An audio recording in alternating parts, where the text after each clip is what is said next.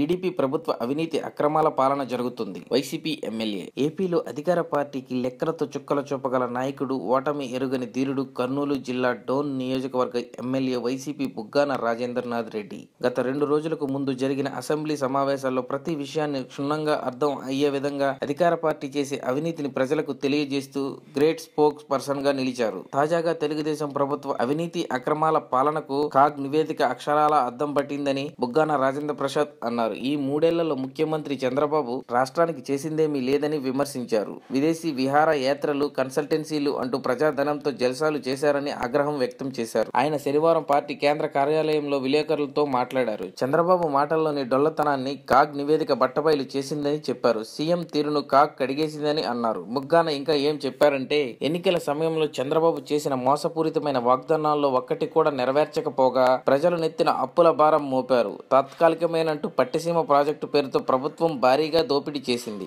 విద్యుత్ వ్యవస్థలో చోటు చేసుకున్న లోపాలను కాగ్ బయటపెట్టగా తమకు అవార్డులు వచ్చాయని చంద్రబాబు చెప్పుకోవడం విడ్డూరంగా ఉంది. గురుకుల పాఠశాలలో ఉత్తీర్ణత శాతం తగ్గుతుంది. తాత్కాలిక భవనాలు, విదేశీ యాత్రల పేరుతో ప్రజాధనాన్ని వృధా చేశారు. For more videos, please subscribe our channel.